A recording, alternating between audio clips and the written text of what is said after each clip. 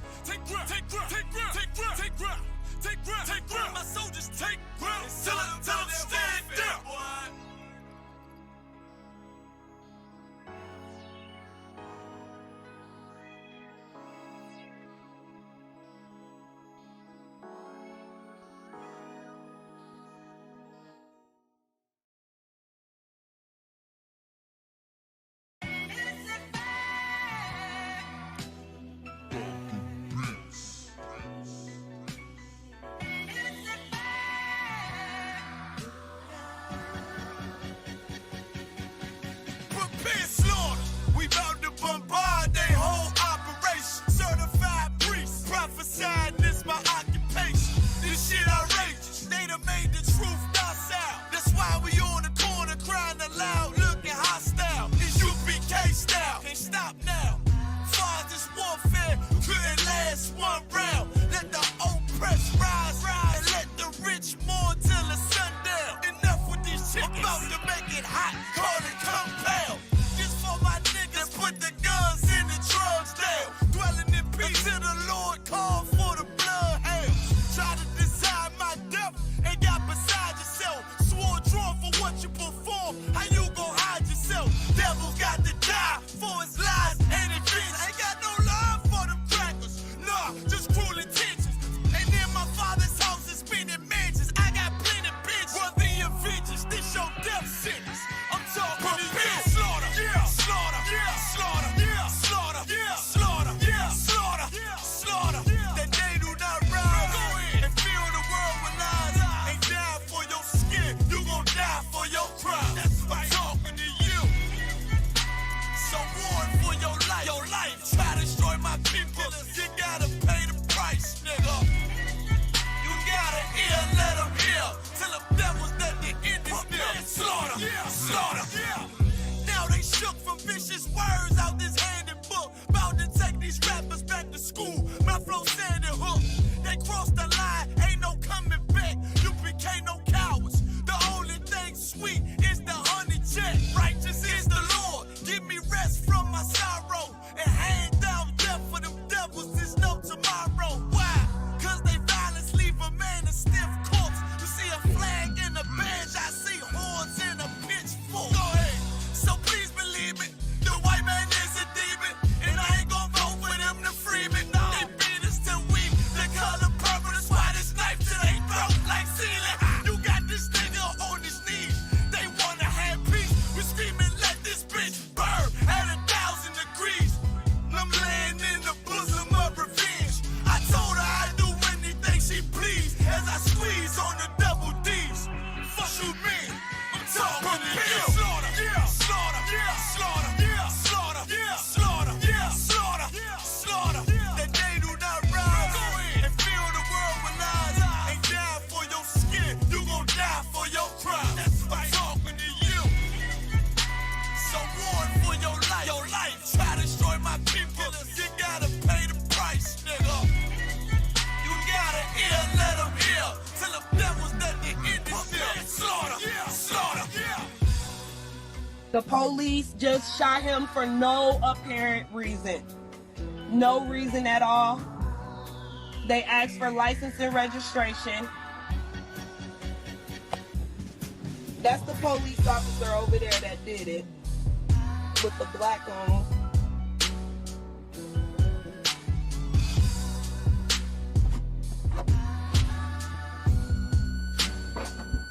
I can't really do shit because they got me handcuffed. I can't believe they just did this. I'm fucking back! Ah! It's okay, I'm right here with you.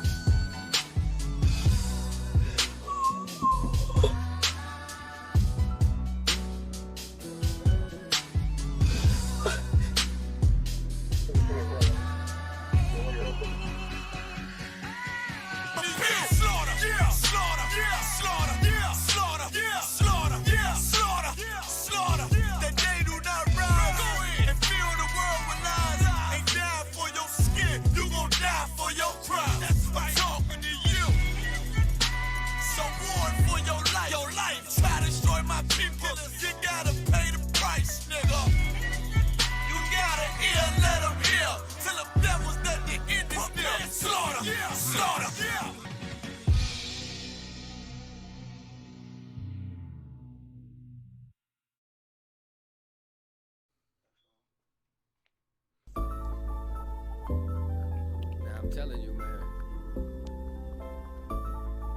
They really ain't gonna believe that I got a baby in my arms while I'm doing this.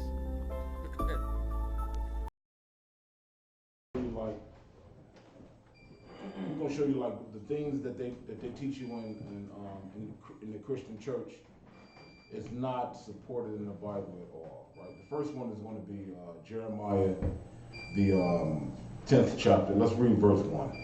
In the book of Jeremiah, chapter 10, verse 1.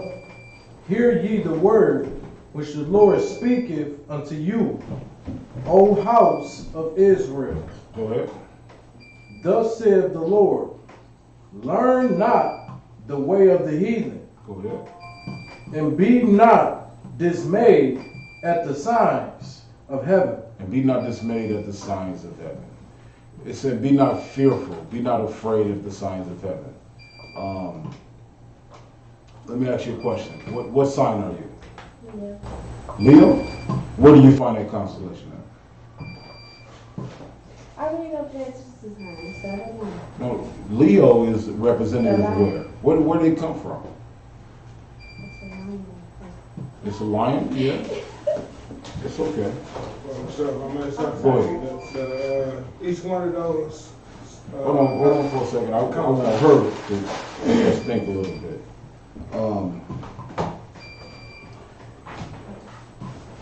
So you got 12 constellations, right? That represent those particular gods over those respective months. Signs, right? Read it again. And be not what? Be not dismayed at the signs of heaven. Of where? Of heaven. And be not dismayed at the signs of heaven. Think about that. And what is it saying? Learn not the ways of the heathen, and be not dismayed at the signs of heaven. I asked you a question, what's your sign? And you said Leo, right? Where do you find that constellation? Where is Leo representative at? In the stars. I wasn't giving you an answer. I mean, a question. So you know that what is it, astrology or is it astronomy? It's astrology. It's astrology, right? In astrology, you will find. It's astronomy. Is it astronomy? Slakia. In astronomy, you will find the constellation Leo up there, right? And that is the god that sit over that prospective month that you were born in. And the scripture says, read it again. Learn not the way of the heathen. Learn not the way of the heathen. The heathen is anybody that is not an Israelite, right? Born of Abraham, Isaac, and Jacob. Anybody that did not come out of the loins of Jacob would be considered a heathen, and they have their own customs, their own practices. And one of the things that they adopted was believing in the constellations, believing in a God set forth over each of the 12 months. And in your case, right, being what you say yourself is a Leo, where do you get it from?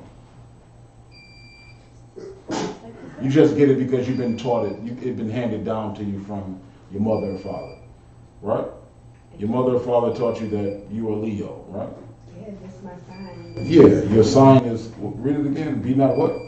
Be not dismayed at the signs of heaven. Of heaven, meaning those stars up there that. So I'm gonna stop. What you said you were was a Leo. That's what you said. Mm-hmm. Leo is several stars that make up a particular shape, and they call it Leo, right? And you, in your birthday month, everybody come in and praise you on that day, right? But it's a God that sit over all of those, over that particular month, and it's Leo. Go ahead. If I could, sir, please. When I say be not dismayed of the signs of heaven, I actually have the Webster Dictionary of Heaven. Give it to me. The expanse of space that seems to be over the earth like a dome. Come. So it's saying be not dismayed, afraid. Like we taught to fear God. So be not dismayed at the signs of heaven. Right? Keep going. For the heathen are dismayed at them. Go ahead. For the customs of the people are vain. So the reason why we went through this chapter is because you said what's wrong with celebrating Christmas. Right? Keep going. For the customs of the people are vain. Go ahead. For one cutteth a tree out of the forest, the work of the hands of the workman with the axe. They deck it. So one cutted a tree out of the forest, the work of the handman, the handman with the axe, right? They cut this tree out the forest. Keep going. They deck it with silver and with gold. When you hang your Christmas tree, do you trim it in gold and silver? You do, right? It's in the Bible. The God of the Bible tell you don't do that. Keep going. They fasten it with nails and with hammers. And they fasten it with nails and hammers. That's what they used to do in the old days. They had to make a stand for it. Now we just go to Kmart or Walmart and buy a stand. But back in the day, you used to have to like make a stand for it. They fasten it with hammer and nails. Keep going. That it move not. That it don't move. Keep going. They are upright. And that it stands upright. Go ahead. As the palm tree. As a palm tree. Go ahead. But speak not. But speak not. So the reason why we don't celebrate Christmas is because the Lord told us not to. He said this is the practice and the customs of the heathen, and it is a sin to every Israelite, male, woman, and child. That's why we don't celebrate. All right, because it's in the Bible not to celebrate.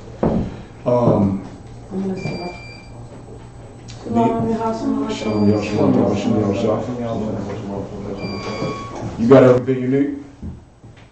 No, they don't have the things. But I don't know.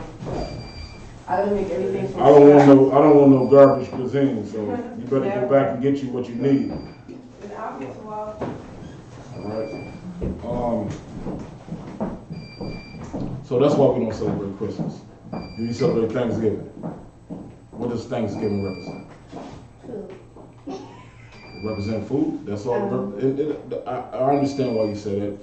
For the life of me, that's all I thought it represented too. With big old turkey drumsticks and that big ass turkey and that dressing and all of them giblets and plenty drink and the family was smiling. I concur, sister. All it represented for me was food. But whether or not you're cognizant, aware of the fact that Thanksgiving represents the death of 77 million Native Indians, our brothers and sisters. Like a lot of y'all would say, I got Indian in my blood. Why you carving the goddamn turkey? My grandmama got Indian in her. My daddy he was half Cherokee, and you niggas sitting around the turkey, eating it and celebrating the death of your people. How stupid are we, man? How ignorant are we as a people? You carving the goddamn turkey that represents the death of Sitting Bull, and Geronimo. You see what I'm saying? That's what that turkey represents.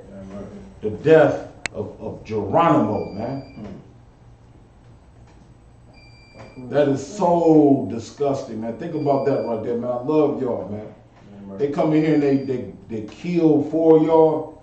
10 years later, I'm celebrating on the same day, having big fun, feasting on the same day that they murdered my brothers. I got precepts. Give it to me. We in the book of Psalms 55, verse 20.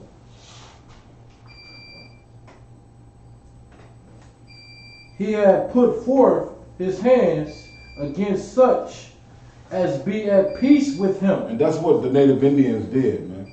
You know, they allowed that bastard to come over here, our oppressor, to come over here and even they supported him in the winter times, in the winter months.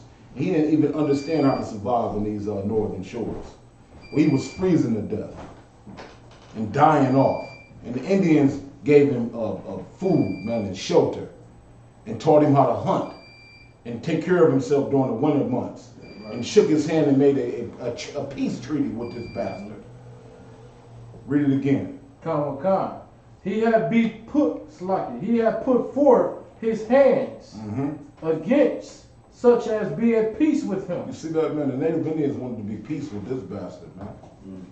But he picked up the sword, man, and murdered our brothers and sisters, man, to the tune of 77 million of them. We walking on the bones of the Native Indians right now, man.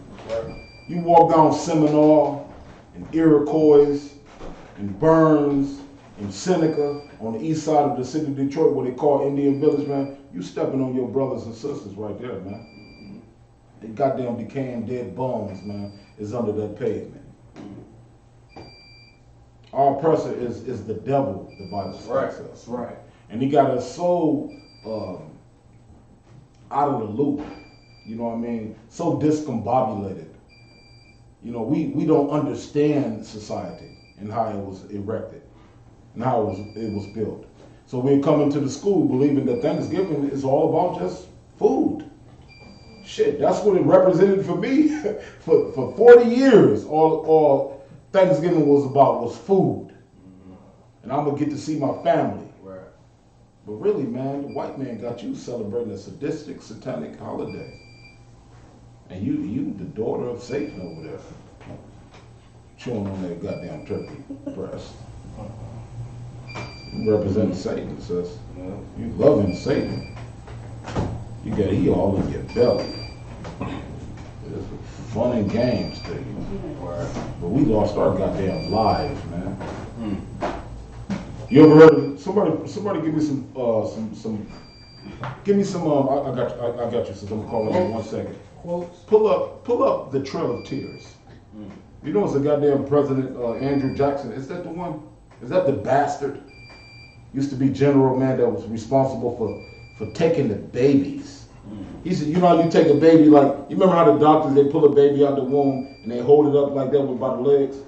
You know what this bastard used to do during it while he was marching the Indians, the native people from one region to another, and the women that was suckling their babies would slow the lines down. You know what he used to do to those babies? He'd take them by their legs, bust their goddamn head against a rock. All of them he killed. That's what our oppressor did to us. And we sitting up giggling and laughing, eating the goddamn turkey on Thanksgiving thinking what? Well, it's just food. How dumb people are we, man? We stupid. I ain't gonna never celebrate the death of my brother. That's right. But we do it every year. This shit is serious, y'all. It's serious. It's real. This is why School of UPK and the Commander General Hunter, we ain't no fake group out there giving you misinformation. We gonna tell you how it is. Yeah, I'm right. Pull up, I believe the bastard's name is Andrew Jackson. I got it, sir. Give me something on the Trail of Tears, and particularly what he used to do to them babies. Give me that. The Trail of Tears article out of PBS. In 1838 and 1839, as a part of Andrew Jackson's Indian removal policy. Hold on, as a part of Andrew Jackson's, and you know he became your president. Come. This bastard is on the what bill is it? The 20? $20. He on the $20 bill. Incidentally, I got one right here. He's on the 20. This bastard is celebrated for busting the heads open of little babies.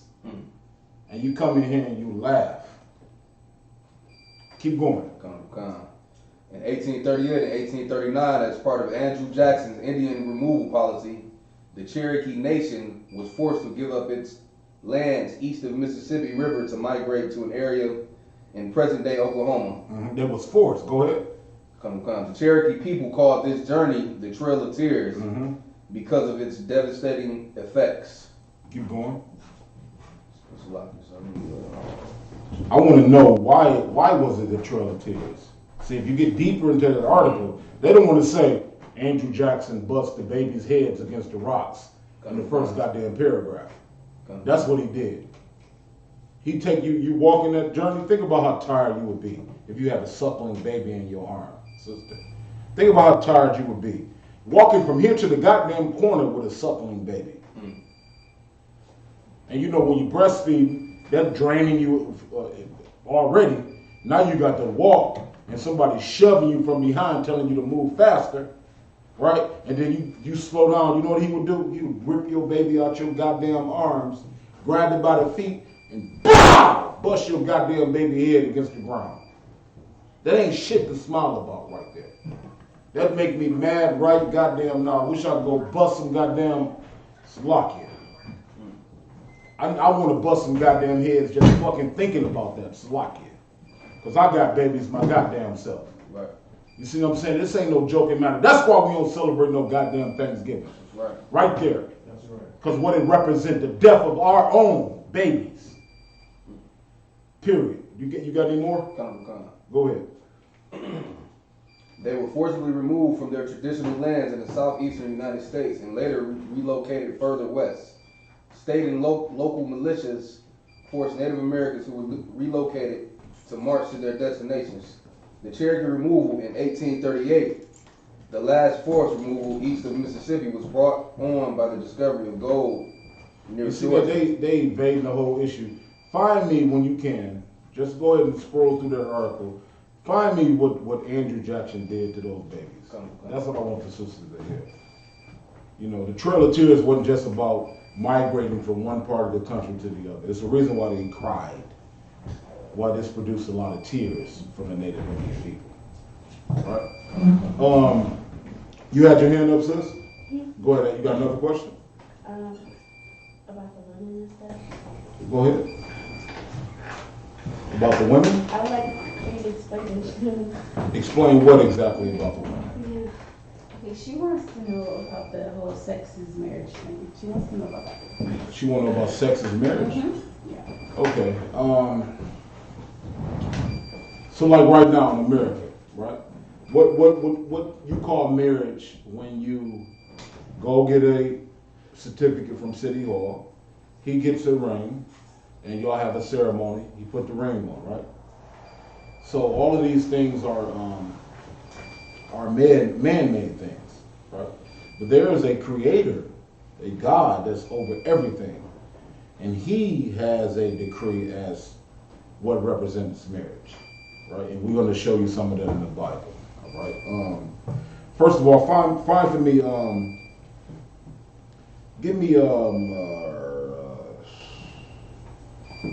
see.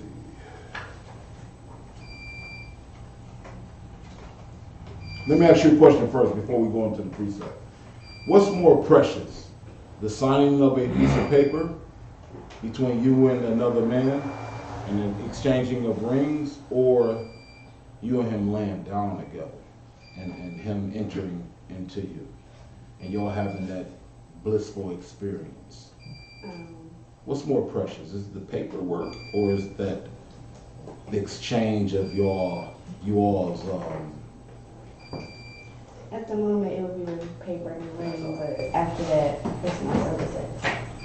Hold on for a second. I don't think you understood my question. I said, what would be more precious? What would be? What would be more precious? Would it be you and him laying down together? Think about that. You have to, like, shit, I don't want to take my clothes off of a stranger. You take off your clothes for this man, he take off his clothes for you, and y'all lay in the bed together, and y'all flesh become one flesh in that way that you understand that I'm talking about, right? Think about the very first time, right? Would that be more precious and more significant, or less significant than the signing of a piece of paper? You gotta answer honestly.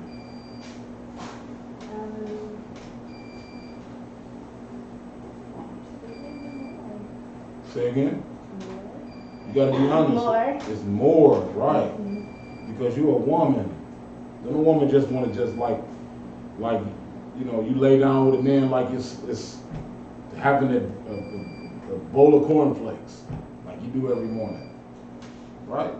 Laying down with a man and giving yourself to him, you know, and he all up in your body. Oh my God, right? All up in there. Think about that right there. I'm just saying. I'm sorry.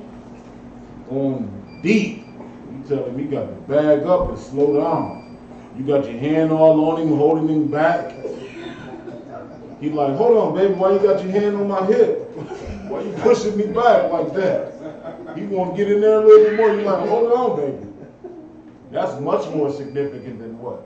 Signing a goddamn piece of paper. Come on now. We both go on the desk. My signature, listen, my signature is like this. I'm done. Look at any paperwork I sign, and you know it, because you come to me every day at the gig for my signature, don't you? And my signature like this, 2 seconds. Think about if a man did you like that, and he done. You'd be mad as hell, you know what I mean? So the more significant, the more meaningful thing that got to have something to do with the Lord, because it's the actual thing that produces life. Right. That trumps a piece of paper in a ring in a big ass house any day of the week, as far as I'm concerned. Yeah, right. Think about what you go through when that man is on top of you. And don't let him be skilled. You know what I'm saying? Don't let him be skilled. And you telling me that ain't marriage, according to God? To me, it's a no-brainer. I shouldn't even have to pull no goddamn scriptures on that. Right. That's a no-brainer. But we're going to pull some scriptures to back it up, all right? First of all, give me Exodus 20, I believe 20 and 15 to 16.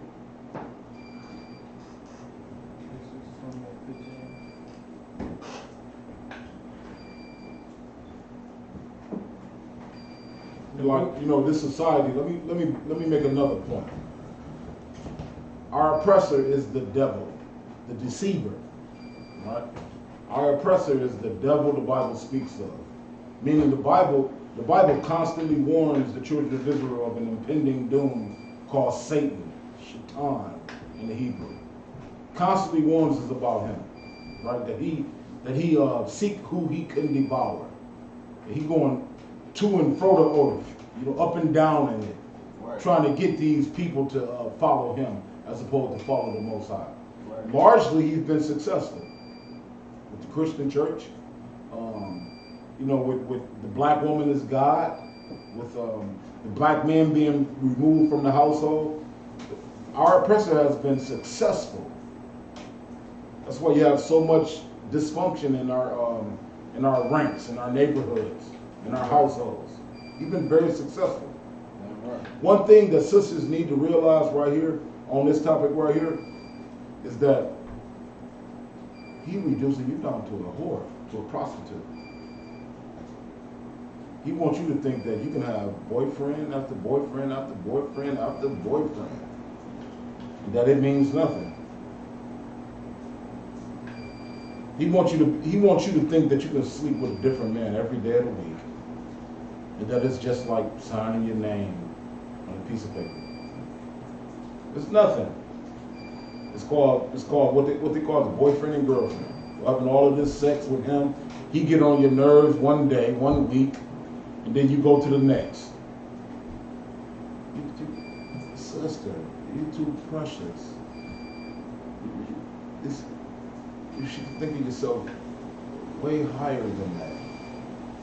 The society got you in a low state, believing that when you open yourself up like that, and that man is handling his business. He handling his business. That you can go get it from another guy the next week. Right. This society wants you to believe that right there. They want you reduced down to fucking whores. That's the mark of the beast in your mind. Our oppressor is the devil, and he's going to convince you, and you're going to believe it. Like this nigga right here, I'm talking about myself, I ain't got nothing on our oppressor. I don't have the words that he got. He got some smooth ass words. He articulate. He look harmless. And this guy right here, he harmless. Like you look at me, you think I'm about to kill everybody. That is my first impression. When people see me, this nigga is about to kill everybody. Don't nobody want to with me. But I'm the nicest guy in the room, man. Salakia. I'm the nicest in the goddamn room. But don't nobody want to mess with me because of how I look. Meanwhile, this oppressor that we got reigning over us look like all he want. You see his chin hanging down to here, and he's sloppy, and he walk like this a lot. You know what I'm saying? He harmless, right? He harmless, man. Meanwhile, man, he didn't taught you how to destroy yourself with God. He taught you to open up your legs every goddamn day of the week, and the experience of different men all the time. He robbed you of your place with the Most High. He taught you that sex is nothing. Sex is like a handshake. That's what he taught our sisters. Sex is like shaking hands, ain't it? Right? Just like shaking hands.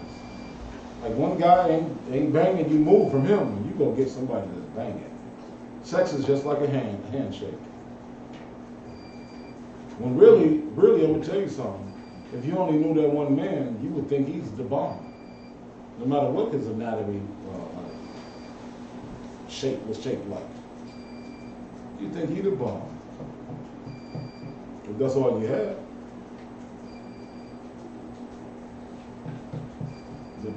Our oppressor is very crafty. Right. And he teach you to jump from man to man. The Lord said, once you lay down with a man's sister, that's it. That's it until that man die. Right. And then you know you can get with his brother. Slocking. That's we get to that later on. But let me show you these precepts right there. Give me the one I asked for, please. Exodus 20 and 15. Mm-hmm. The book of Exodus chapter 20, verse 15. Thou shalt not steal. Slocking, give me verse 16. Verse 16. Thou shalt not bear false witness against thy neighbor. Verse 16? Come on, God. That's Exodus 20. 16. Slock, give me Exodus 20 and 6, my bad. Come. Exodus 20 and 6.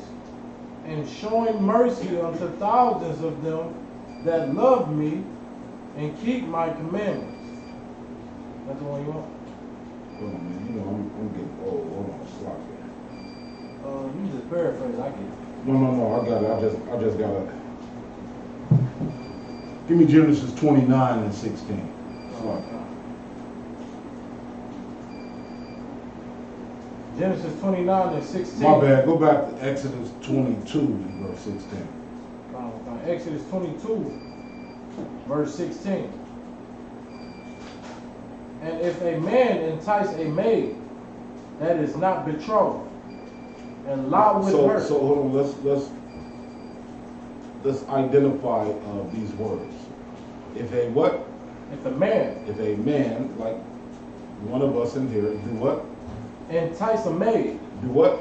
Entice a maid. Now I noticed when you came in this room and you seen all of these handsome men, all I saw was a big ass cheesy grin on your face. No, that's not why I was smiling. Okay, Sloppy, my bad. But I'm just saying, we tend to have that effect on women.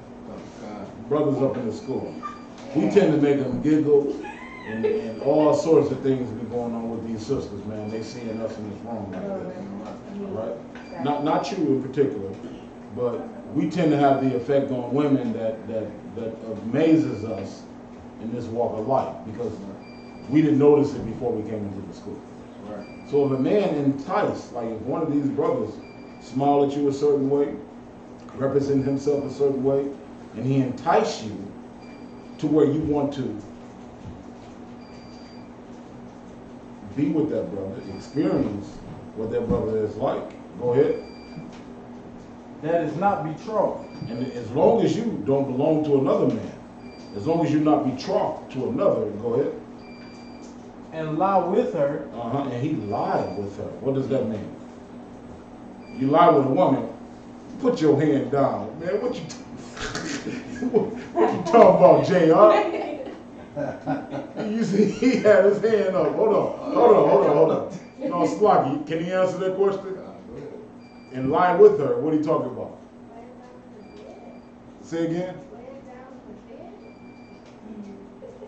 Okay, I'll give you that one. Get a young man a hand here. Most times he Christ. And do what? And lie with her. And lie with her. Go ahead. He shall surely. What do you think it means when it says and lie with her, sister? Say what? And lie with her. Entice her and lie with her. The only way you lie with her is through what?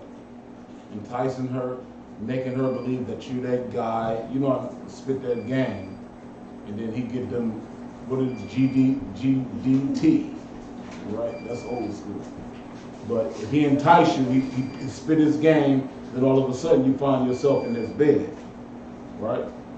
If you in his bed, what does that mean? Right. Say it again. Right. Y'all have sex. Go ahead. He shall surely endow her to be his wife. You see that? If he put that log inside of you,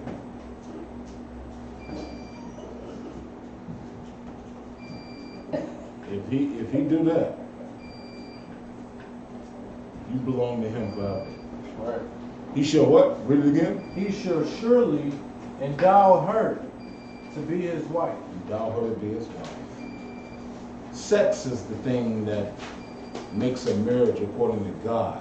It's sex. I'm gonna give you more. Give me Genesis the 29th chapter. Give me the verse 16 through 28. This is the book of Genesis chapter 29, verse 16. And Laban had two daughters. And who? Laban. He had two daughters. I got four. Go ahead. The name of the elder was Leah. Was who? Was Leah. Go ahead. And the name of the younger was Rachel. Hold on. Let's start over so these sisters can get this. Y'all got the chapter and verse? Yeah. All right, read it again from the top. And Laban had two daughters. Uh-huh.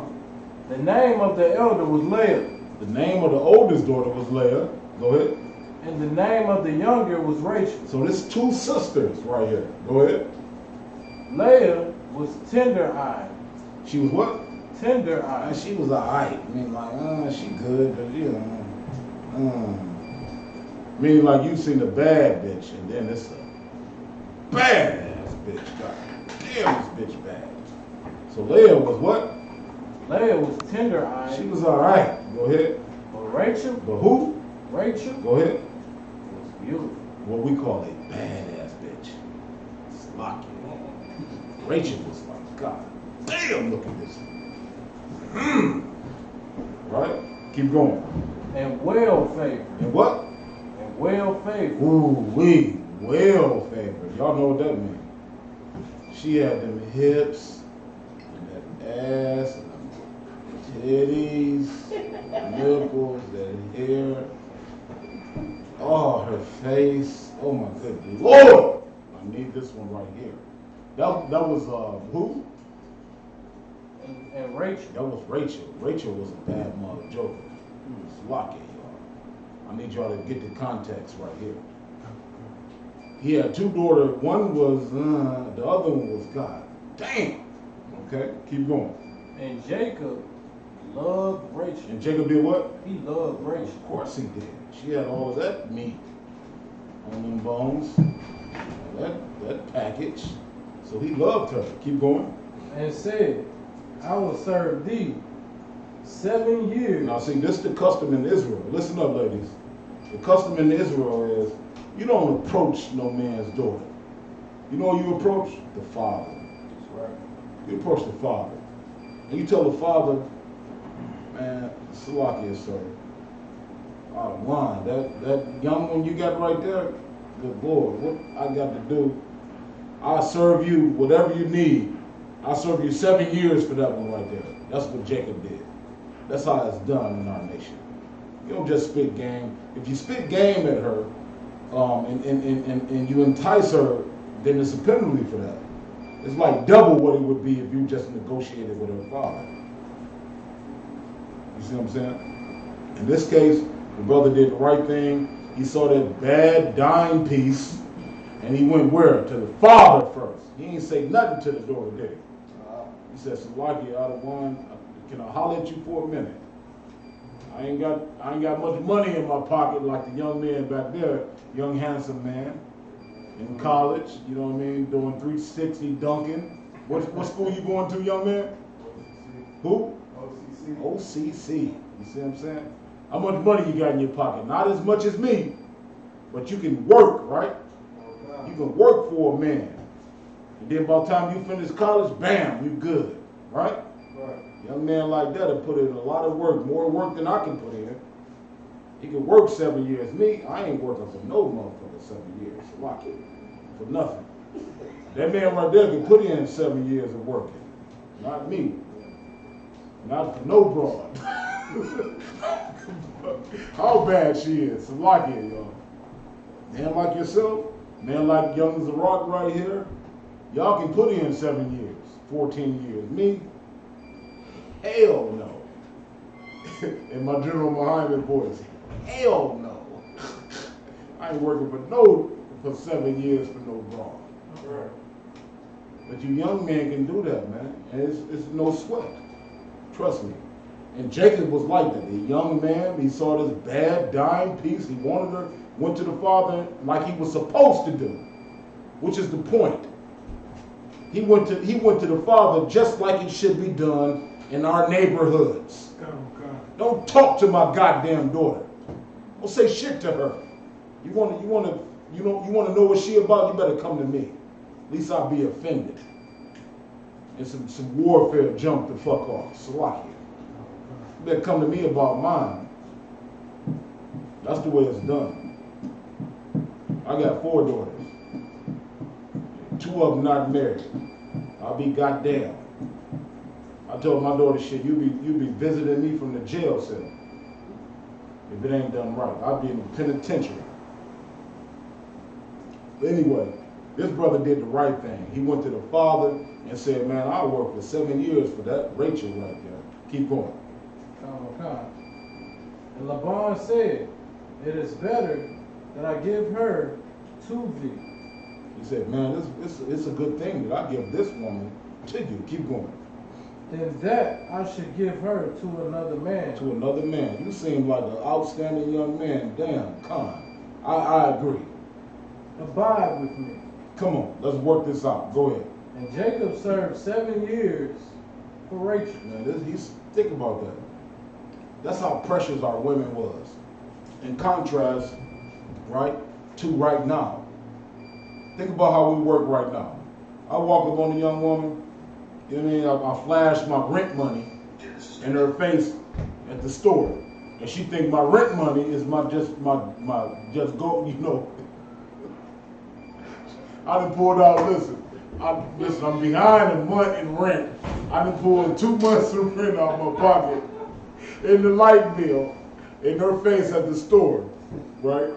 And she's like, damn, this nigga got a knot. And she like, my man's got a knot in his pocket, right? And then I get to spit my game with my goddamn rent money and ask her if she needs something in the store. And she's like, damn, this nigga a baller, because I bought her a goddamn $10 goddamn pack of cookies or something. You know what I'm saying? Y'all can't tell me y'all ain't never pulled that knot out. That was your rent money in your car note. On a little dime piece, and she fell for that shit.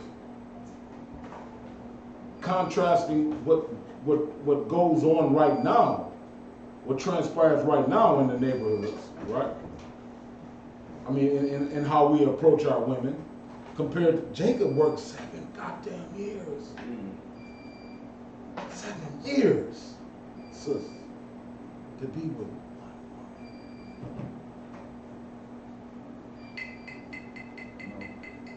Hey, Lockabar, did you put, Slaki, Kudash the bar? Did you re-up our, come here for a minute, priest.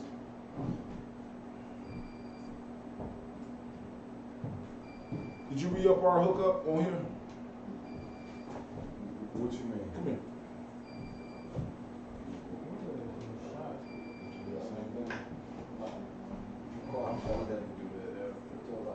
Okay.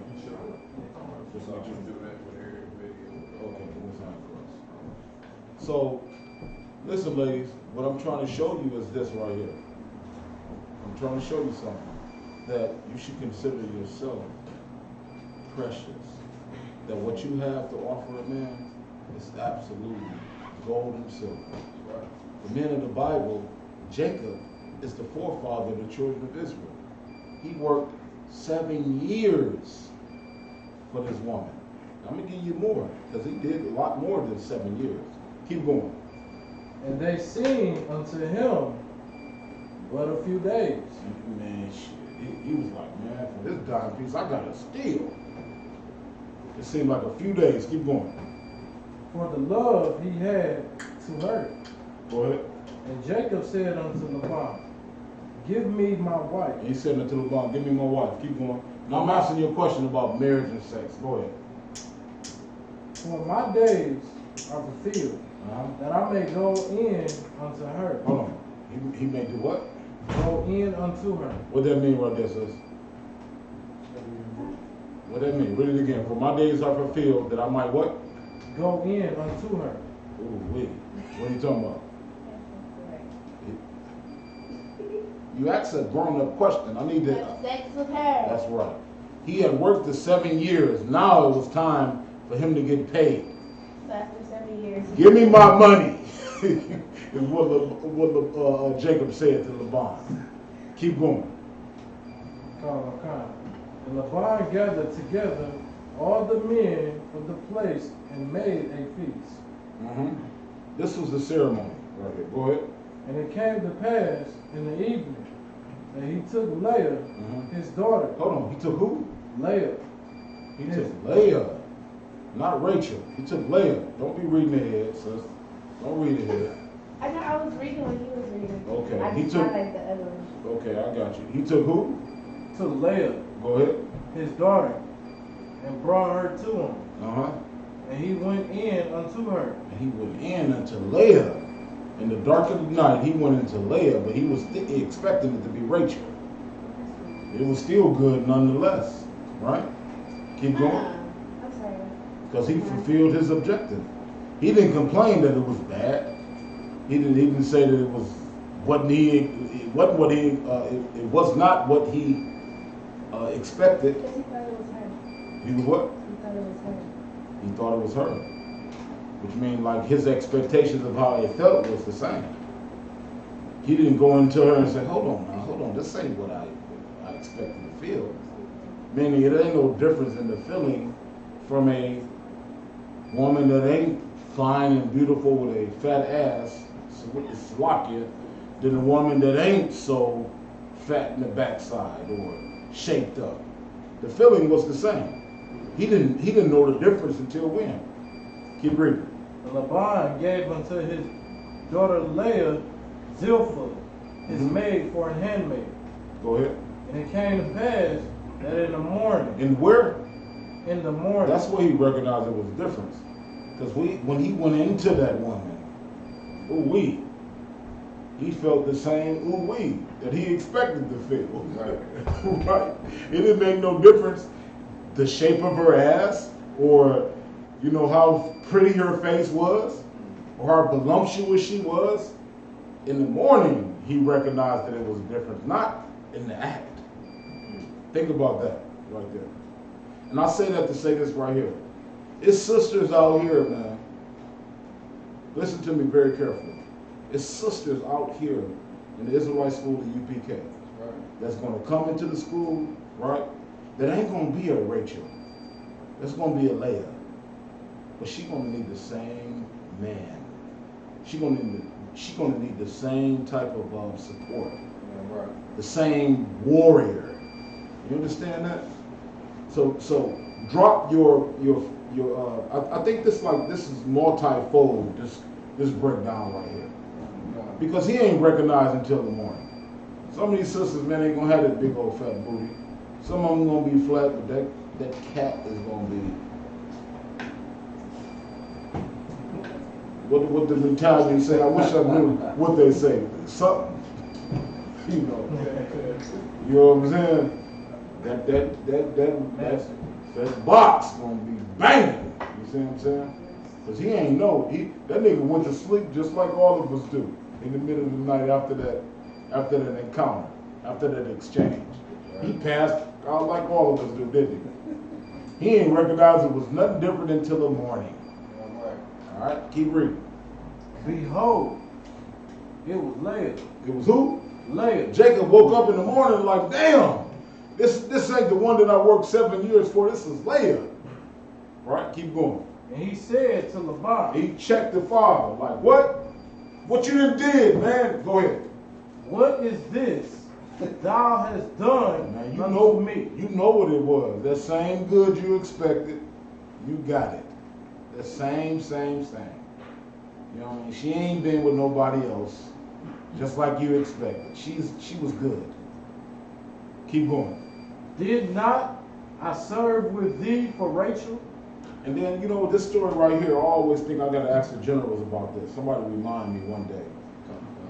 Because it like the same way, like, you know what Yahweh mean? Who know what Yahweh mean? Jacob got ganked.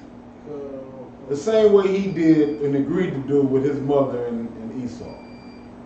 Now I gotta ask that question. I ain't teaching that, but it just strikes me as damn a hell of a thing that, you know what I mean, like years later, the same thing happened to him that he did to his father Isaac.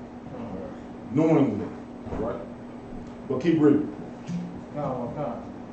Wherefore then hast thou beguiled me? Hold on. He got what? Beguiled. Ain't that the same shit Esau said? Keep going. And Laban said, it must not be so done. Meaning what? In our country. What did that mean? It must not be so done in our country. In our country, go ahead. Like Detroit, like you would call where our region a country. Our region a particular zone where we do things in a particular way. It's the same, but it's slightly different from what they do in Philly or what they do in Chicago. All of it is lawful, it's clean, but it's just slightly different. Go ahead, Zara. Basically, in this household, it ain't ran like this. We don't run things this way in this household. Meaning, what do you mean? Keep reading. To give the younger before the firstborn. Like you got the firstborn daughter there. You know what I'm saying? She want to get married too. What I look like as a father, you know, allowing my oldest daughter, man. Like I think about my baby when she came out. Oh my God, changed my life. Love my baby like, oh my God, everything. Everybody know that in here. I ain't gotta say it no more. But you know, to put her younger sister above her. I understand why that custom was enacted in Laban's household, in his country. I can't do that. I can't give the youngest before I give the oldest. So that's why I did this right there. Shit, I would do the same thing. Wow. I trick you too. For my baby girl, it ain't nothing unlawful about it. I'll trick your ass if you went for it. You work 7 years, I'll get you. I would get you for my baby. If you was an upstanding young man and did everything right and you loved the Lord and I saw that zeal on you, oh yeah, you get one of mine. You see what I'm saying? Keep reading. Fulfill her week, and we will give thee this also for the service which thou shalt serve with me yet 7 other years. You see that? He said, okay, you got, yeah, I had to run the game on you to get this one right here in 7 years. But if you want this one, you got to do it another 7 years. Keep going. And Jacob did so. Jacob did so. Because the first 7 years went by like it was nothing. You know what I'm saying? To him, it was like, man, that was nothing. Right? Keep going. And fulfilled her week.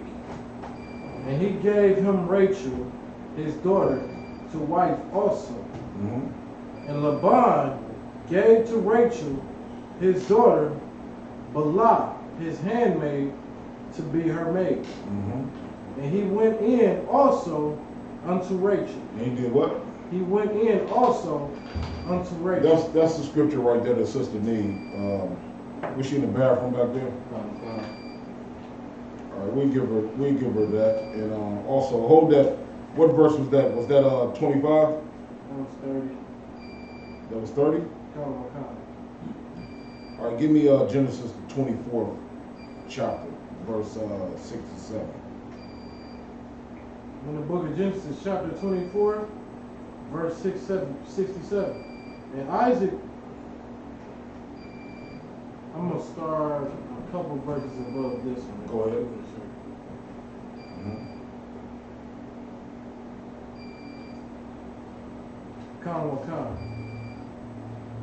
I'm going to start at Genesis 24 and 63.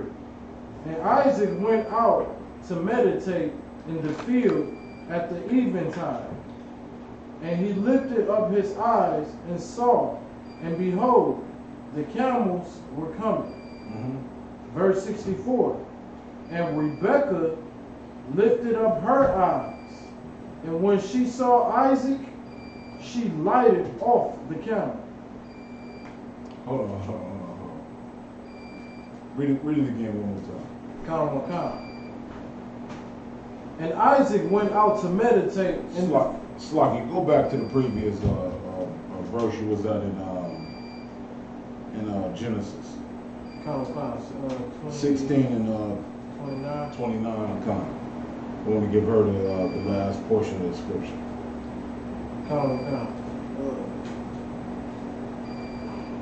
Yeah, 26. 26? And Laban said, start at 26. Verse 26. Laban said, it must not be so done in our country. Meaning what? Meaning you don't. What Laban requested of what Jacob requested of Laban, the father, to give off the younger daughter before the older daughter was married, was a custom that they didn't practice in Laban's territory. He didn't believe in that in his household. I feel him. You got a daughter that's 30 and a daughter that's 22, and some eligible cat come along that's 26 or 28, and he wants a 22-year-old. I would gank him too. See what I'm saying? I personally, when I read this story, I prefer that, and I understand women go through things in terms of sharing the same man. I would want my daughters to be together. You know what I'm saying? I don't have a problem with that, personally. It's when the carnality come in, it's with the mama and the auntie and shit that I have a problem with that. But me personally, man, I would prefer that my daughters had seed from the same man, believe it or not. Especially if he was a man in the truth. I would have no problem with that. I would be just like Laban. You see what I'm saying? As opposed to marrying the younger off, you know, and the other one don't get to fulfill everything that she got coming to her in life. You know what I mean? That's just on a personal level. But I understand that policy, man. You got the older one need to be married off first. All right? So keep going. To give the younger before the firstborn. That's not the custom here. We don't give the younger before the firstborn. Keep going. Fulfill her week. And what? Fulfill her week. Go ahead.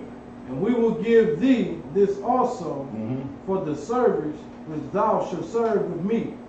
Yet 7 other years. So Laban listened to what he had to do for this precious daughter of the Most High.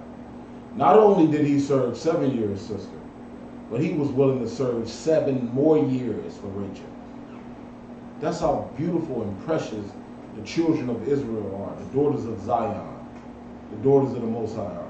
Not some cheap, you know what I mean, some trailer trash or what else, lot lizard. You know what I'm saying? We don't look at our sisters like that. They precious in the sight of the Lord, so they worth that. Laban understood it. I mean, Slocky, Jacob understood that. Because Laban raised 2 outstanding women. All right, keep going. And Jacob did so. And Jacob said, okay, I'll serve another 7 years, meaning 14 years for this one woman. Keep going. And fulfilled her week. Keep going. And he gave him Rachel, his daughter, to wife also. Go ahead. And Laban gave to Rachel his daughter Bilhah to his handmaid to be her maid. Keep going. And he went in also unto Rachel. Hold on, he did what? And he went in also unto Rachel. What are you saying? He did what? He went in. He went in. He went in.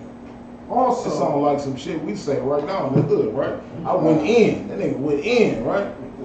He went in. He went in. So that's our terminology right there. But what is we talking about in this context, sis? Go ahead.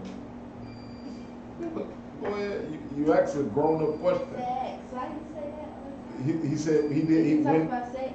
That's right. He went in. So he had 1 week with Your question is about sex and marriage. That's what I'm answering. And the reason why I'm calling on you because you asked the question. I want you to walk away with the understanding that sex is marriage according to God. So he married both sisters. That's right. That's sick. Say what? That's sick. You know why it's sick to you? Because they're sisters. Tell me why it's sick. Because you're not supposed to share a man that you had sexual relations with your sister. Why? Who said that? Who taught you that? Nobody. It's just that's what you don't do. But no, somebody had to teach you that. Some influence make you believe that. Well, I was just told, like, you know, from everybody, you just don't have sex with somebody, with a family member, Well, cousin. where did you learn that from? That's what you got to. What you have to do is identify where does this thinking come from. If you're smart enough to say, where do I get these thoughts from? And then trace it back and then say, oh bam, that's where I get it So from. you think that's okay? Go ahead. So you think that's okay? Well, personally, like the men in this room, I know them personally. I wouldn't have a problem with any of these men having both of my daughters because I know them. But that's not, I'm saying you think that's okay for, okay, so you and your brother can share a girl? Say again? You and your brother can, You and my brother can, me and my brother can share a girl? Hell no. That's not what we talking about. so See, you've been to too many damn, no, what? No, I'm asking a question. Okay, You say come. it's okay for two sisters to share a guy. It is. So it's not okay for two brothers to share a girl? In the world,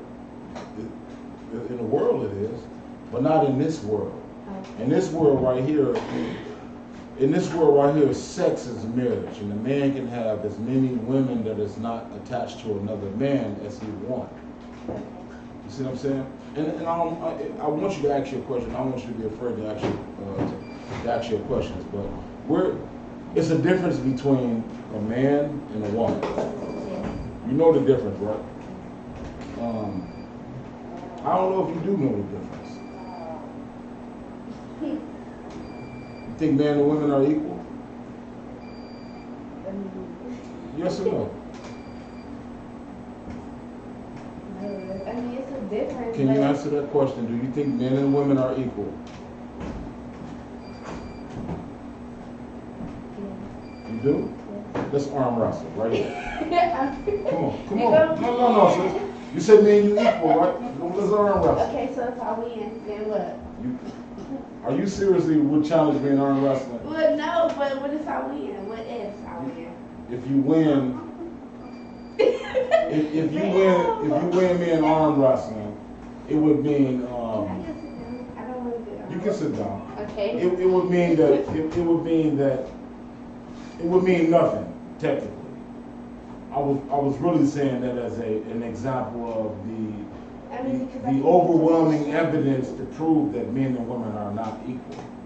Now you do have some women that like the daughters that I make, big and strong daughters, and I ain't slocky. To your point, my daughters might beat some cats in arm wrestling, slocky. All right. The overreaching point that I was trying to make. Give me where the Lord said that he wanted man or that Adam shouldn't be alone. Give me that scripture right there. That's a good point you made. You're right. There are some women that may be able to best certain men in arm wrestling. That's correct. But not just that, but everything. I mean, not every woman is equal to every man, But just think about it, right? Do you think there should be I think about like right now in this room.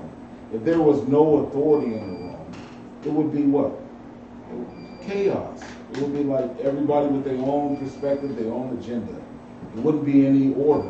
Right. So the household and the way the family structure is laid out is that the man is at the top. Of course, that's the. And then you got the wife, then you got the kids, you got the pets, and everything else below that, the children, right? Mm-hmm. You agree? Yes. So,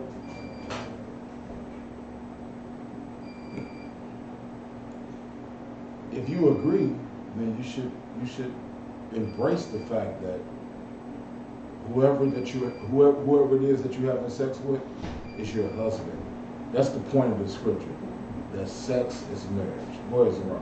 So some women misinterpret the man being the head means he has to take care of all the bills and carry her and make her relax and be on household. That breakdown right there comes after she get this understanding. You see what I'm saying? The first thing she need to understand is that the pecking order according to the Most High. Give me that in Timothy. What is it? 1 Timothy 2. Okay, I got you. Give me that real quick. So yeah, come. And then also, who got that in Genesis? I got that. Give me Genesis first. Genesis 2:18. And the Lord God said, it is not good that man should be alone. I will make him an helpmeet for him. You will make him a what? An helpmeet for him. For who? For him. For who? Him. No, for her. Him. For her. Him. The scripture said for her. Him. I will make him a helpmeet for who? Him. You sure it said that? Positive. It says for him, yes. You see that? Mm-hmm. So the Lord made man and gave him the understanding of how to operate in the earth. And then he looked down on that man and said, it's not good that he be alone. So I would make him a helpmeet for him. For him. You supposed to be your man's help. I mean, but that's as it should be. But it Say, hold on, you got to speak up. That's as it should be. That's as it should be. That's how it should be, right? Yeah, but. Man, give a sister a hand, man. You're supposed to submit to your husband. I'm going to tell you something, man. The greatest thing in the world is when on your way out the door to subdue the earth is when your woman bow down. I'm going to tell you something. It ain't no greater feeling than when your woman bow down and give you all the encouragement that you need to go out and face this goddamn world. The world hate niggas, hate black men. So when your woman bow down, even unzip your zipper, shalak it, before you leave out the house, that's the best feeling in the goddamn world. The best, because you go out there feeling like, man, I can do any goddamn thing now. Shit, that woman, goddamn, she filled my belly up and emptied my. She filled me up and emptied me at the same goddamn time. It ain't no greater feeling. And then, like, if a woman is really, if a woman is crafty, really that man, I'm gonna tell you something. You can make him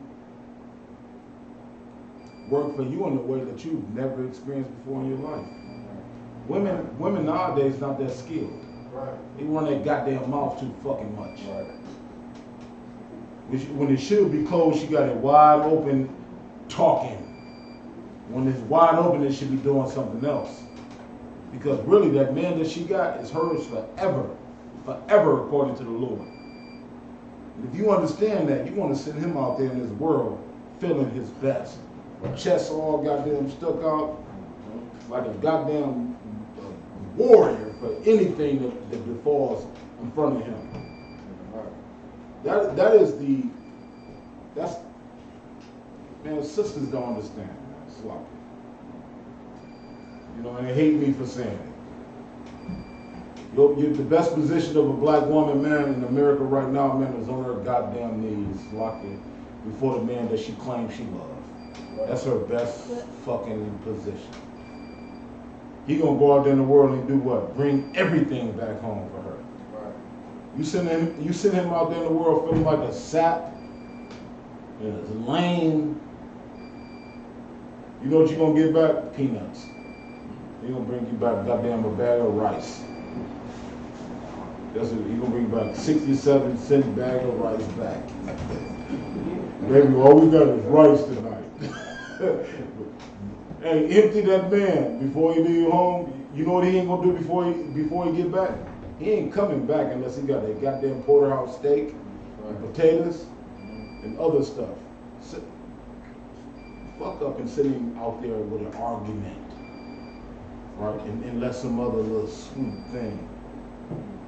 Hey, what's going on with you, Daddy? Oh, I'm not feeling good right now.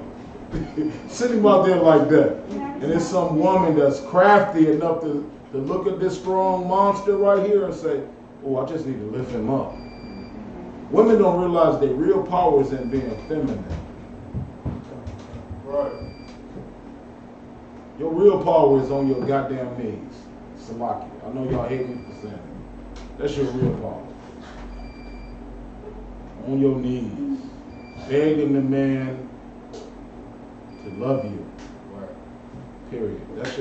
That's the best power for a black woman right there. She ain't equipped with that. You know, she too much in the world. Go ahead, sis. You got a question? It was a response to what you said about the men have to pay the bills, that's what the women look for, but not all women, because it can be 50-50. And then you said a woman belong on her knees? No, I didn't say belong. But it's supposed to be on her knees? No, what I said is her best position as it relates to her husband is on her knees. But that's what I said. We can give him words of encouragement. I can back it up with, go ahead. That is encouragement. What I just said is words of encouragement. If it's in your spirit, anybody that's listening, if your spirit is to debate what I just said, you are in the world. You have the mark of the beast in your forehead. You've learned the ways of our oppressor.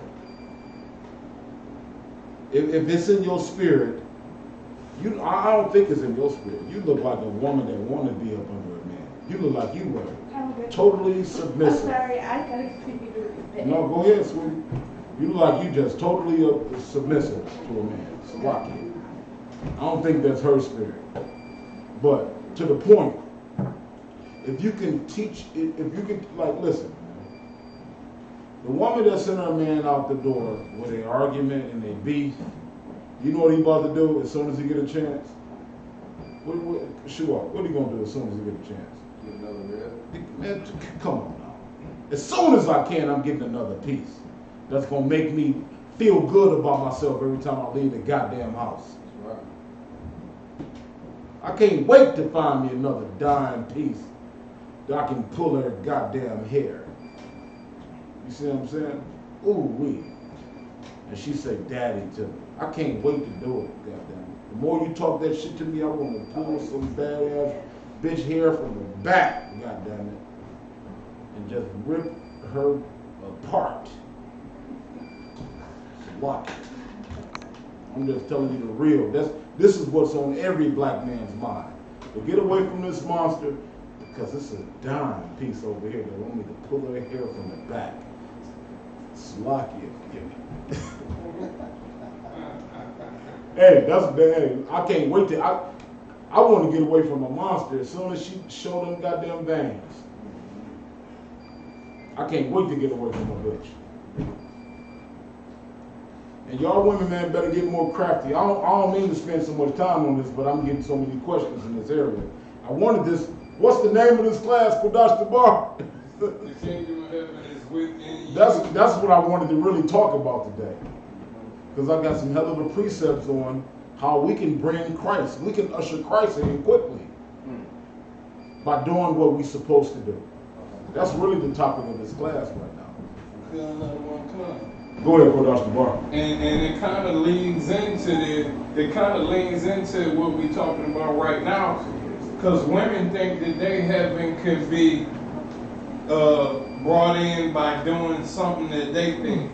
But if you pay attention to the Bible, you're supposed to submit to your husband. Like, I'll give you a prime example. Mm-hmm. The reason why white women is the richest women on the planet, because they white men went out and murdered everybody and brought that money back home to them. No sign of Christ. Now, if you cuss out your husband, and call him a piece of black trash and he ain't nothing, they gonna go out and shoot somebody and go to jail and leave you as a widow. That's right. That's heavy what you just said, because, and you know what, you're right. They do kind of like coincide with one another, because just as we have to realize the importance of coming out the world and doing the things that we did in the world and conforming to what Christ said through the power of the Most High, right? Our women have to do the same. You know what I'm saying? And if we both operating in that particular area of doing the will of the Most High, then we usher in Christ faster.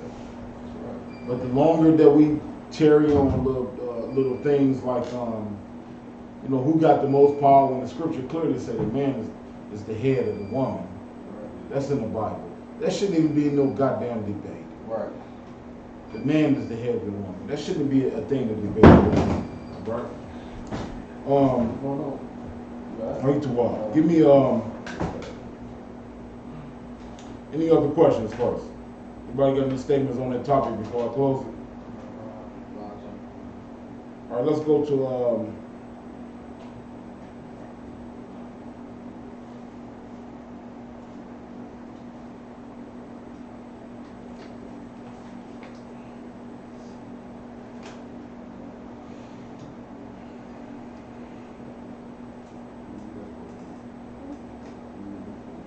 hold on one second.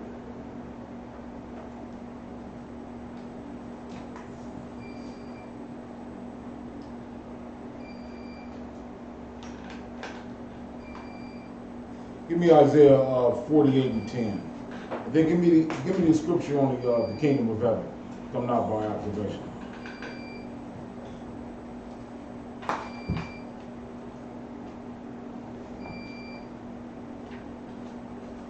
Book of Isaiah chapter 48, verse 10. Behold, I have refined thee, but not with silver. I have chosen thee in the furnace of affliction. One more time. Kanamakam. Behold, I have refined thee, but not with silver. Mm-hmm. I have chosen thee in the furnace of affliction. One more time. Behold, I have refined thee, but not with silver. I have chosen thee in the furnace of affliction. Well, somebody break that down for me.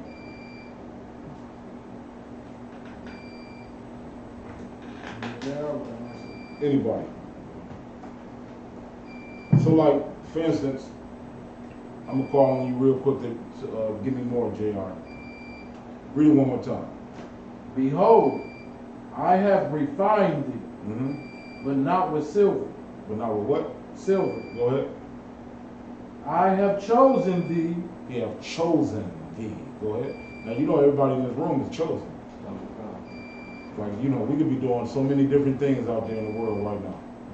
But we here for a reason, like a bar. Been chosen, brother. Don't give that up.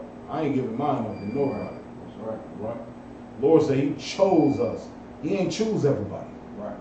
That's another thing you need to realize about being in this room right now. Everybody ain't us, man. Everybody don't understand these precepts. Everybody don't know how to break the Bible down. The Lord said, man, I'm going to put the Spirit on you to understand what's going on. I have chosen you to understand these things. I've given you the gift the gift to be able to break these things down, of understanding. You know what I'm saying? Like the scripture says, those that have an ear to hear, he has given us the ear to hear these precepts. Keep going. In the furnace of affliction. Hold on, man. What? That's deep right there, y'all. Somebody got to help me out with that.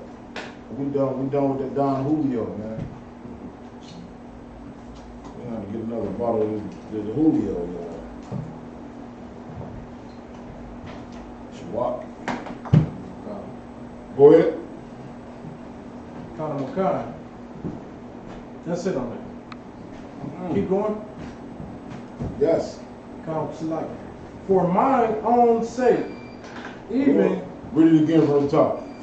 Behold, I have refined thee, but not with silver. Man, what does it mean to be refined? Mashal. Count it one time. To be refined would mean to have the rough edges taken off and be made sharper, clearer. Okay, that is absolutely what it's talking about. I'm gonna give you a little bit more, right? When you first pull gold out of a cave or out of some rock or something, right? You want to get all the impurities that's not gold out of the system. So you refine it by you melting it, and then when you melt it, those impurities you'll see come to the top, and then gold will separate from it. That's part of refining. You see what I'm saying? So another part is just heating it up so goddamn hot to where everything that's not gold gonna burn the hell up. So I refined you. One more time. I refined thee, but not with silver. I have chosen thee in the furnace of affliction. The furnace, I have chosen thee in the furnace of affliction. Now, somebody break that down for me. I'm gonna give it to the youngest of those that raise their hand. I'm gonna let them answer this question. Raise your hand again if you want it. Mashal. No, Slocky. JR. Go ahead.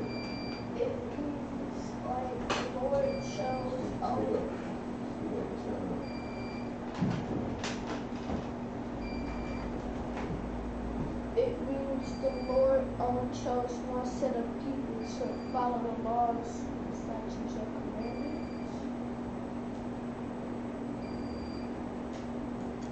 Okay. I'll get a young man in here, y'all. Get him in. Come on. Mashal gonna add to that though. Give me a little bit more on that. So like the other one. The young brother is on point. He was, wasn't he? He's on point. Yeah. Because if you decide to follow these laws, statutes, and commandments, you will find yourself in the furnace of affliction. Why? Give me that. Because following the law, statute, commandment puts you at odds on the opposite end of everything else in this country, beginning in your family. You are against all the customs, traditions of everything that make people smile with them, to make them feel good. Give him a hand. So it's a very hard thing, right? Like all of us, Christmas, Thanksgiving, Easter, all of them holidays that you and your friend love, we all, man, I guarantee you I spend more on holidays than you, sis. And her. She only 20 years old, please, little girl. I just spent thousands more than she has on all of these holidays.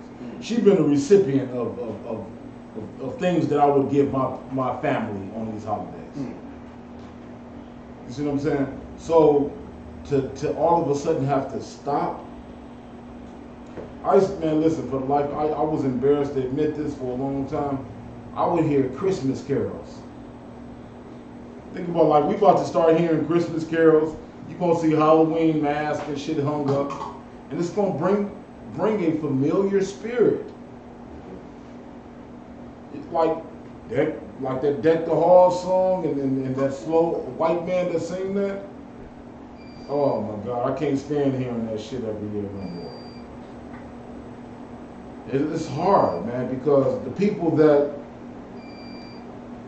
I thought, that I thought loved me and that I loved, right? Loved that time of the year. And we had the most fun, man. We exchanged gifts, we cooked together, got drunk, you know what I'm saying? Went out to Christmas parties together, got dressed up. It was sad, man, coming out of the world. I was afflicted by that. But I'm gonna give you something deeper. I'm gonna give you something deeper about the furnace of affliction. When you come into the truth, You got a man like myself, you can't even come in here if you got a t-shirt on that's the wrong color. Nigga like me gonna check you. And I'm gonna go to wherever I go. I see a nigga that shouldn't be in the right protocol. I'm checking him. I'm gonna put you in the furnace, man. You got to carry these crates. You got to clean up this, and you got to do that. I ain't letting you get away with nothing, man. Not Captain LeBond. Right. I'm gonna make sure that you go through that fire. If you're a trooper. Go ahead, priest. Like that furnace of affliction is that, like that pain, the distress. You want to sleep. You want to sleep under your rib. Right? Like you're a young man. I know you want to be with him all the time, priest. I know you do. I was the same way. Like if it was a Negro like me, above me, when I was your age, I wouldn't be in the truth. You see what I'm saying? And you got me saying, nigga, you got to get up here and you got to come do this.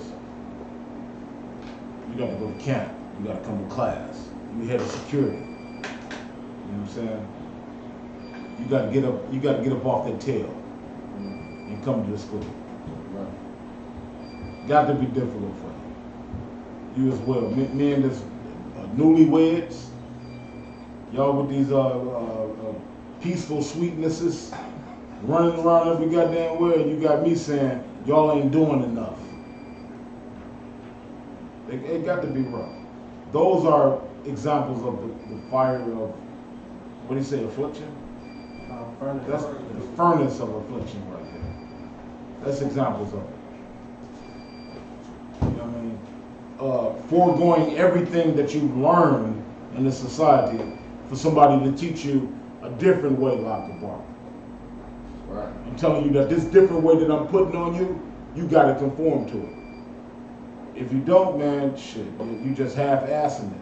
Right. That's afflicting you. I see, nigga, you don't think I see y'all when I check you about certain things? You don't think I see your face? I see it, man. I see it. It's what we got to go through. I get a call every day from a man above me, and he tells me shit to do all the time. You know what I say? It's like I don't want to come. Right. I'm on that right now. And then when I don't do it, or don't do it to his expectation, he called me and checked the shit out of me. You know what I say? It's lucky I don't want. About the shot. I'm about to get that shit done. My bad. Don't refute anything. That's how you got to be in this walk right here, because this is practice. What is this practice for, Shawak? Kingdom of heaven. That's right, man. The kingdom of heaven comes not by observation, man. You gotta practice it, man. That's right. Everything that you want to happen in the kingdom of heaven, you gotta make sure you're doing it right now. On earth as it is in heaven. Right. That's what you gotta make happen right now, man. Right now, you gotta tell your woman you don't control who I'm with. How many ribs I got. That's how many wives I take. That's right. How many children I want. Right now. And if she tell you that she's going to go be with some other man, you say, you know what you say? Shalom. You say shalom. How many years you been with her? It's shalom. I'll think about you one day. 24 hours. And then I'm going to go get me a badass bitch in the school that's been waiting for your dumb ass to get the fuck home. Period. That's me. That's how you got to be. I ain't compromising nothing the Most High said belong to me. Right. Period.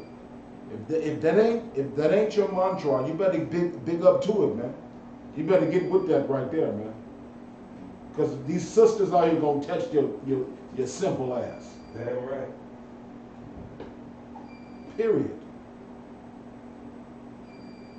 You got you one and she got you done.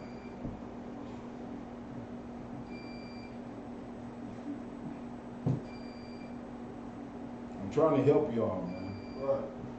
You know, they accuse me of being brutally honest. They say, Captain LeBron, you too brutally honest. I mean, I don't know no other way to be, man. And they've been trying to get me to be a little bit more. You know, they said, don't fucking crash the goddamn plane, kind of land that motherfucker a little bit. I try to do that. I try to land the motherfucker, but I don't know how to be no other way but hard as I am, y'all. Salakia, man. You know what I mean? Like, and it's a benefit to the brothers that's up under me, man, because if you can adopt a little bit of what I'm saying, you're gonna get further along. Is what I'm saying. All right. So the kingdom of heaven come not by observation. Who got that precept right there? Give me that real quick. Let's talk about that. The kingdom of heaven cometh not by observation.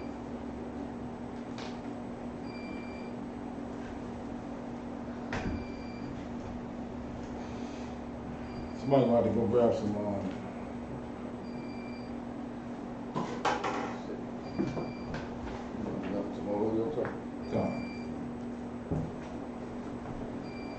I want that precept first, though.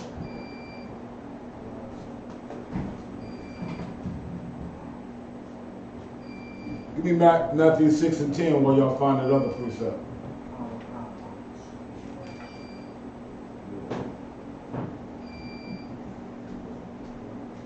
I got the first one. Please. Luke chapter 17, verse 20.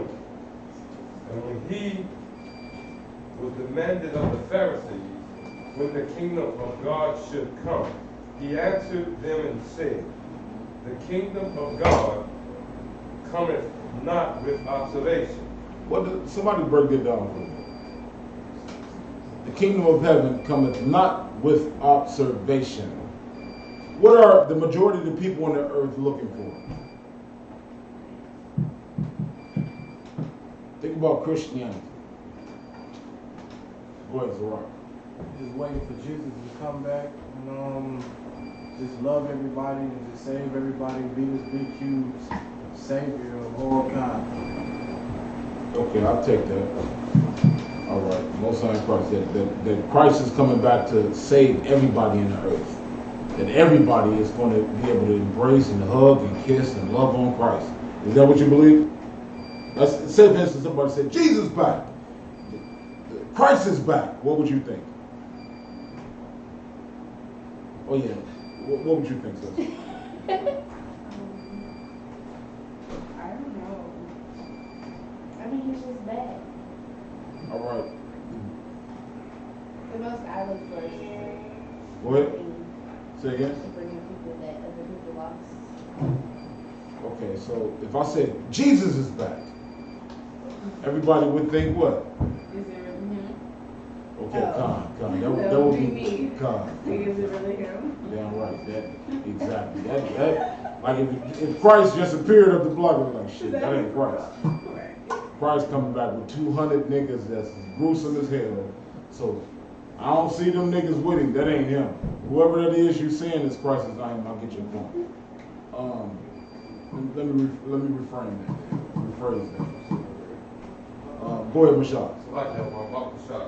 To your first question, what is everybody looking for? When you say Christ is coming back, what they're looking for, believe it or not, is an actual picture. An angelic host floating down, and this big giant ass city coming down called heaven. That's going to float, and all of a sudden the earth is going to be joined. And everybody's just going to live. And what does this individual look like? White man. He's a white man. You're a white man. A white man floating out the sky, and then all of a sudden his power is just going to make everybody who exists in the earth experience what their imagination calls heaven. I concur. But when the scripture says the kingdom of heaven cometh not by observation, meaning it's not going to come what you're just looking for it to come. And instead, how is it going to come? How is the kingdom of heaven going to come? What is the order in which it comes about?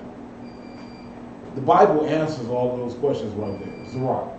12,000 men of each tribe have to be set in order for Christ to come. That's correct. That's the more complicated answer to the question. And neither one of y'all understood what he said, did you? Go ahead. What he said is in the Bible. So basically 12,000 men have to be like in order and right with God. Nope. Say it again. 12,000 men out of the 12 tribes. 12,000 out of each tribe, meaning out of each tribe, 12,000 got to come. So 12 here, 12 there, so on and so forth. Out of each tribe, meaning 12 times 12 is what? I got you, sister. Y'all just got out of high school. 144. There you go. Get a sister here. So 144,000 is what the Most High is looking for. What we need? How much more we need? Just give me that. Just give me that. So Go ahead. 12,000 men in each tribe have to be absolutely perfect. Well, that's a question I'm asking. I'm trying to be perfect right now. You know what I'm saying? I'm trying to achieve perfection right now. I have some days it's better than others. But the one thing that I can count on is the men above me recognize when I ain't right. And they always check me on it. That's the refining. You see what I'm saying? That's the heat in the furnace. Like I've never felt as much heat as I felt in the Israelite school at UPK under Commander General Yohana. Like I thought, like you would look at Commander General Yohana and think he's just the soft grandpa. Don't get in council with him. Don't get in the other end of a council with Commander General Yohana. And that old man peaceful smile that you think when you see him, man, a fall to the wayside with the quickness. The brother is no joke, and he makes sure you feel the goddamn heat. And that's the only way he is able to build up men like General Muhammad, Right. and General Mayakal, General Hazayan. That's the only way to build up men like that. You got to be harder than them. Like you think the hardest motherfucker in the UPK is General Muhammad? That's because you don't know Commander General Yohana. That's the only reason why you think General Muhammad is the hardest. You hear him speaking, you see how he carries his motherfucking self. That nigga, like Commander General Yohana is a fucking monster. I've been in council on the wrong end with him before. And I had, you know when you're a baby, like, you know when you're young and your mama or pops will check you, and you had that big ass bump in your throat and shit, you had to bite back tears. That's how that nigga do you right there. You see my eyes watering right now just recalling the goddamn council with him. So, you know what I mean? Like our system is perfect, man. It's like the Israelite school of UPK gonna put your ass through the fire, whether you're a man or a woman. You gonna burn up in here. We're gonna check you on all of that bullshit that come out your mouth. You know what I mean? We're gonna wink at some of it, but when as you get mature in this school, man, I pray ye brothers. I'm telling you, man. Some of y'all, I wish y'all go through some councils. I'll be like, damn, I hope you take this to council. With some of y'all. Go ahead, sis. Okay, so like my question has nothing to do with what we've been talking about, but I just want to know, how do I pray? You always pray with your head covered up. You want to pray facing the east, and you want to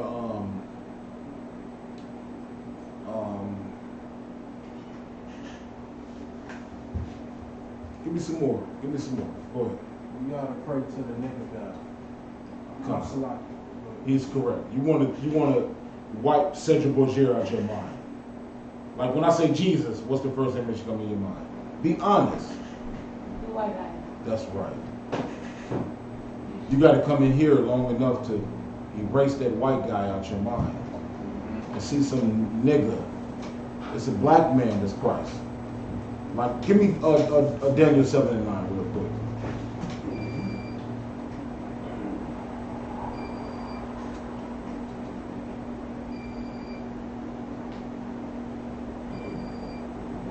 The book of Daniel, chapter 7, verse 9. I beheld till the thrones were cast down. Now this Daniel saying a prophecy about the end days. And he's saying, I beheld this vision until what? Until the thrones were cast down. Who sit on thrones, sis? Kings. Kings. So Daniel is seeing a vision of the end time, where all the kings were toppled, right? And they were cast down, meaning their kingdoms were overthrown. Daniel saying, I beheld this vision until the thrones were cast down. Keep going. And the Ancient of Days did sit. And who? And the Ancient of Days did sit. Who is the Ancient of Days, sis? Ancient of Days. Don't answer until you think about the question. Ancient of Days. And the ancient, what does the word ancient mean? Old. Who? Old. The oldest of days. When days were defined, it was somebody there before days was defined. He would be the Ancient of Days. Who would that be? Who has no beginning and no ending, sister? That's right. Daniel's saying, I beheld until the thrones were cast down, meaning all of these kings that sit on these nations in the whole globe, the Lord is saying at some point all of them are going to be toppled. Daniel saw this vision, right? And he said, I beheld this vision until the Ancient of Days, until the thrones were cast down, and the Ancient of Days did what? Did sit. Did what? Did sit. Go ahead. Go ahead. If I may, sir, Please. That was just the hint I was trying to give. The Ancients of Days did sit. That was just going to be the hint. Did sit. Exactly. So meaning what? That after all the kingdoms are toppled down, right? You know, all of the kingdoms in the earth gonna fall. Daniel saw the vision of their fall. And he held that vision until all of the kingdoms were cast down and the Ancient of Days did sit, meaning the Most High God sat on the throne. That's what we're talking about right now. Keep going. Whose garment was white as snow. So it's not a puff of smoke. He got a body. And his body rocked a glorious garment that was what? White as snow. That was white as snow. Keep going. And the hair of his head. Hold on. You're saying God got goddamn hair. And the hair of his head was what? Like the pure wool. Now if you take off that damn head wrap, you're going to see a bunch of nappy, woolly hair. Right? Stop it. You put a perm in there, huh? Yep. But without a perm, you're just kinky like mine, right? Exactly. See? Go ahead. Sorry, I was about to send me 2 precepts on prayer. On my prayer. Okay, most of So, you get my point though, right, sis? Just the Lord he ain't put no relaxer in his hair. Nigga hair is like the what? Like the pure wool. If you stop putting that relaxer in your hair, you know what your hair would do? I would rip your goddamn brain out your skull if I put a comb. If I put one of the combs through it, your brain matter would come out if I just yank my comb through your head, right? And the Ancient of Days did sit, whose hair was what? Whose garments was white as snow, and the hair of his head was like the what? Pure wool. You ever seen a sheep with that big old mat of hair on them? Just like Negroes. Just like niggas. Just like black people. The Most High God of the Bible is a black man. It's black. The hair just like ours. All right? Which one? 1 Kings 8 and 22. Give me 1 Kings 8 and 2 on 8 and 22. 8 and 22, how to pray. 1 Kings 8 and 22. And Solomon stood before the altar of the Lord in the presence of all the generation of Israel, and spread forth his hand toward heaven.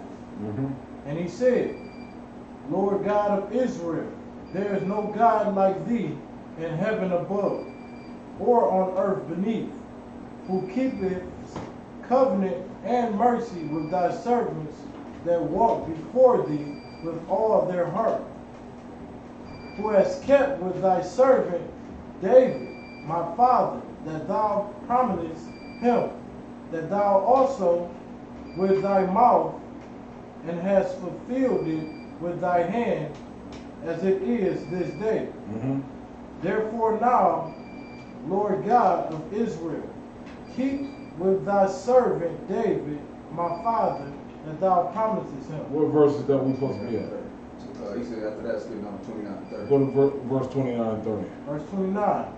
That thy eyes may be open toward this house night and day, even toward the place of which thou hast said, my name shall be there, that thou mayest hearken unto thee, prayer with which thy servant shall make toward this place. Verse 30.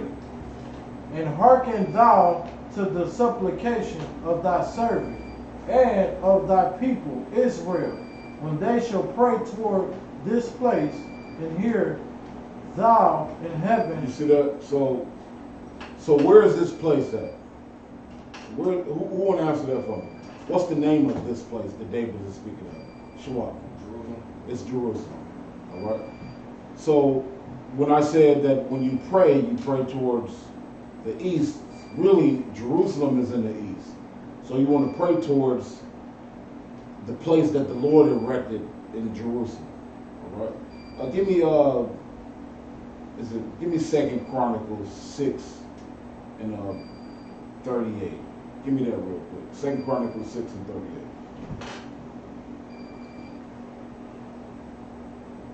38. 2 Chronicles 6 and 38.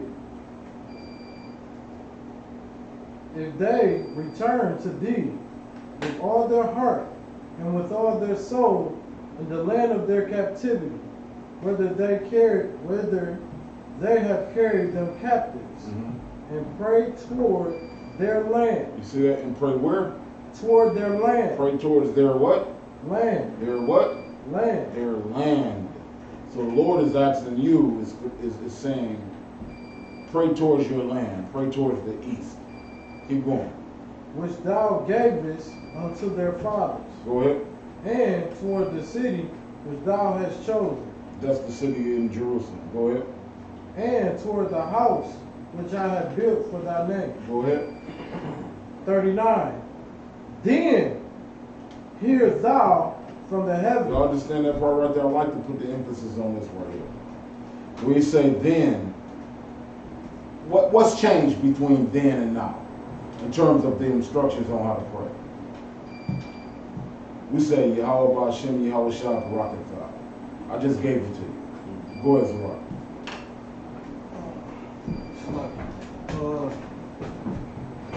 Because in this breakdown, he's saying, turn away from your wicked ways, right? And pray towards the land that you have been given, and period, right? Give me more on what we got to do right now. We gotta put the law in our inward. Shua. What else we got to do? If I let me ask you a question. If I just turn and pray towards the land that the Lord gave us, right? And I've already turned away from my sin. And what is it enough to just pray like that? Or what else must I do? Put the laws and statutes and commandments into action. Okay, I've done that already. What else I must do? As far as praying? Yes.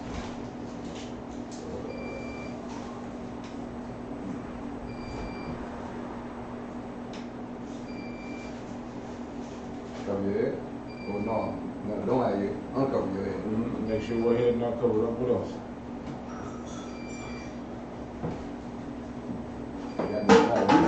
You're just not thinking about it. Go ahead, Zerah. Pray in the Hebrew? La'ah. stammering lips and another man's tongue shall he speak with his people. You could pray in the English. Young man. Face the left. Face the east, that's correct. Mashah, I ain't letting you get away. What else must I do? Somebody answer this for me, please. If I pray, come, I'll take that. If I pray and I don't, if I pray, I turn to the east, and is this that Julio? Okay. If I pray and turn to the east, I'm already out of sin, and I pray to the Most High. Is that enough? Not desire. You ask for repentance. You ask for repentance from your forefathers. Mm-hmm. I think you go with your hands like that, face the east. I haven't heard her say anything about the hands. Michelle. I have to teach the law of statutes. Damn right, that's one of them. Kodash Tabar. Do some work of the Lord. Man, how y'all forgetting this, man? If I was his brother, I'd be pissed off right now. I done nailed myself. I let the motherfucker nail me on the cross for y'all. And all you gotta do is call on the name of the Lord and through Christ. And that's all you got to do, huh? So what y'all miss? I just gave it to you. Work. Who? Work. I still want to get it. I just gave y'all a gibberish hint. And gibberish. I gave you Christ. Ain't goddamn right. Give me John 3:16, man. God damn. Why do we say Yahweh Bahashem Yahweh Shai Barakatah? Father. Man, how you gonna forget Christ? What's wrong with you, man? That's right. In the name of Christ. We all working on it. The reason why we in here right now with this faith is because of the name of Christ. That's right. Y'all don't know that? You gotta invoke his name. Book of John, chapter 3, verse 16. For God so loved the world, that he gave his only begotten Son, that whosoever believeth in him should not perish, but have everlasting life. That's what you need right there, man. You want to always invoke the name of Christ, man, because Christ is your king. He the one that died so that we can have this conversation right here, right now. All right? Any other questions? Come on. I got a precept, sir. Please. John 14:13. Is that what you just read? Nope. John 14:13. And whatsoever ye shall ask in my name, that will I do, that the Father may be glorified in the Son. That's right. Excellent. You better invoke the name of Christ, man. Right. The only reason why you're able to make it is because of Christ. Had it not been for his sacrifice, you wouldn't be able to make it. You wouldn't be in this room right now. Period. Any other questions? Come on, sisters. I know y'all got one more. I know you got one more.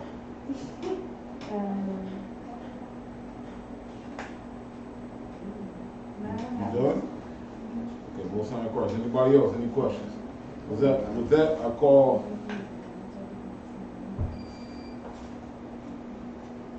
You done? Yeah. Okay, with that, you want it? I call Officer Shawak for the reading of the security announcements. Shalom.